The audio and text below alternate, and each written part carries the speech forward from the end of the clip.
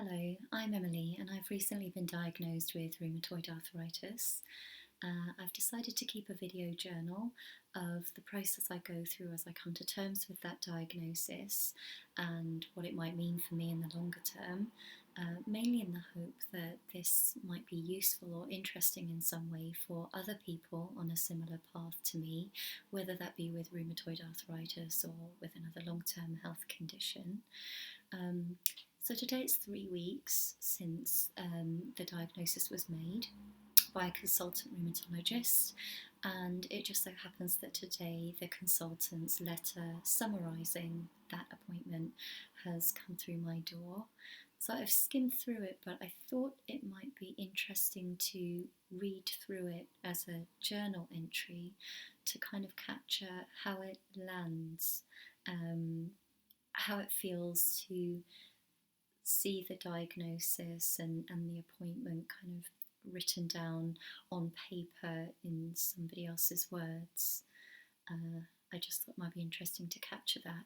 And I also thought that it might be useful if you are somebody who's currently experiencing symptoms that you think might be associated with rheumatoid arthritis, or you're wondering whether to get them investigated, to hear a bit about what I was experiencing before I was diagnosed. So the letter contains a bit of information about that. So that's my plan for today. I'll just read through the letter, all the parts that I can share with the internet, and just see how it feels, see what my impressions are. So the letter begins, as you'd expect, with my details. So it goes through diagnoses, medications, the management plan that came out of that first, the diagnostic appointment, and plans for follow-up. And the letter reads, "Thank you for referring the above woman to the clinic." She describes problems starting earlier this year in February and March with no particular trigger, associated with stiffness first thing in the morning in the shoulders, neck and jaw. She's had an episode of an urticarial rash which has improved. She has felt generally unwell with flu-like symptoms at times, and her symptoms have started to deteriorate, affecting her hands over the summer. So it's now November. She has difficulties with activities of daily living associated with stiffness and tenderness, and her hands have become more swollen over time. This is affecting the hands, wrists, and her elbows are difficult to fully extend, and she also has swelling around her knees and ankles. She's worse first thing in the morning, but is systemically well otherwise.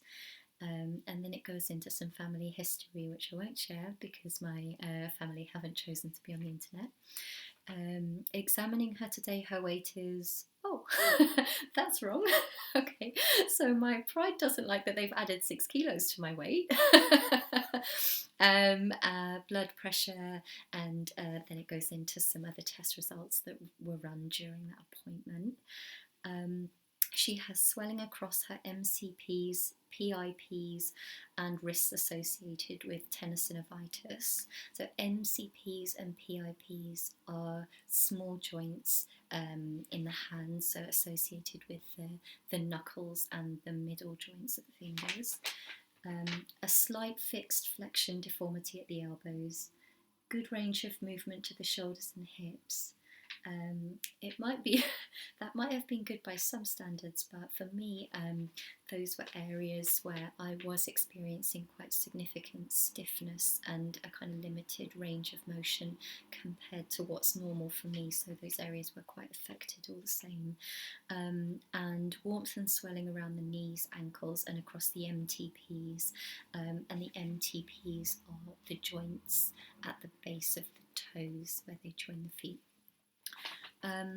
Symptoms and signs are consistent with rheumatoid arthritis, and I note that she's negative for antibodies.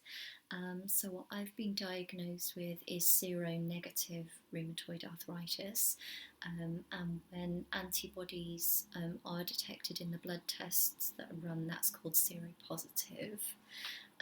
She has significant ongoing problems with active inflammation. I think she's going to come to require methotrexate. That's an anti-rheumatic medication.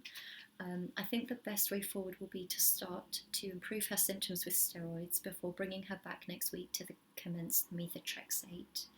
And then it goes into kind of plan with dosages and things like that. I have checked some baseline x-rays of her hands, feet and chest also, and given her some information on the above. We have sent a copy of the letter also for her records. And that's the end. So that's it. That's it in a nutshell. Okay.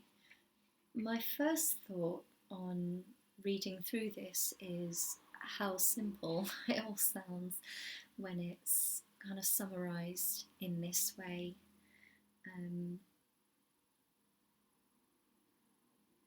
There's so much of the story of what I was experiencing as these kind of clinical symptoms emerged isn't there, as you'd expect, I suppose. This sort of letter is very much focused on what are we going to do about this, but it feels like a lot is missing. There wasn't an opportunity during that appointment to talk through all of the symptoms that I have been experiencing, and not in very much detail. So perhaps I will maybe make another video about what I was experiencing as these kinds of as the symptoms developed, what was actually going on in my day-to-day life. Because when I got to this appointment, I was actually very significantly affected, you know, even with very simple, seemingly simple small tasks like using cutlery or opening the front door with a key. Things like that had become very difficult for me. So day-to-day life had changed a huge amount in a very short space of time. So maybe I'll make a video about that as well. I think what the focus of the letter, I think it does kind of fit with what I took out of that appointment, though, in a way, which was to focus on was to move my focus on what I could do. So I came out of the appointment wanting to find out more about the medications that had been discussed with me that I was going to need to take, about the condition itself, about what I might be able to do for myself to help the treatment be as effective as possible. And it felt good to have the support and the expertise of the medical team to guide me and to direct the treatment process. I felt that I had been listened to and heard, and I would say the letter is almost is largely accurate, even if it doesn't feel that it covers everything. And I wanted to concentrate at that point on what I could do and how things might change, how things might improve. So I felt, I don't think hopeful is the right word exactly, but definitely forward looking. I was kind of looking to what we were going to do, and less occupied perhaps by how I was feeling and how I was struggling. But the letter, the tone of the letter, it feels really quite businesslike. So many details. It takes all of the feeling and the emotion and out of the situation somehow. So it feels perhaps that there's more to say about that.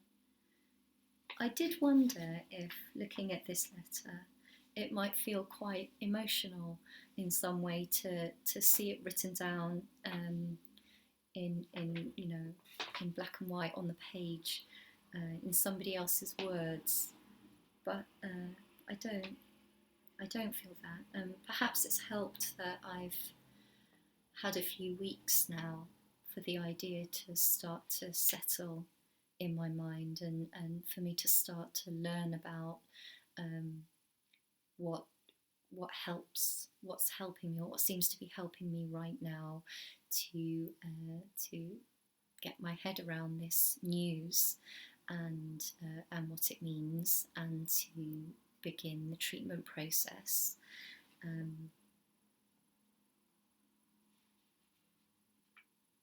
And so I suppose I've started to form my own relationship with the situation and with the diagnosis. And for now, at least, it doesn't feel as though seeing this letter changes that very much. But it's good. It's good to have the confirmation and to kind of see it written down that way. I wonder if I should tell them that they recorded my weight wrong. I weigh enough already, but not that much. Anyway, I think that's enough now. Thank you for listening. I hope that might have been helpful in some way to you, and I'll be following up with another journal entry soon on starting the treatment process. So I'll upload that as soon as I can. Thank you for now.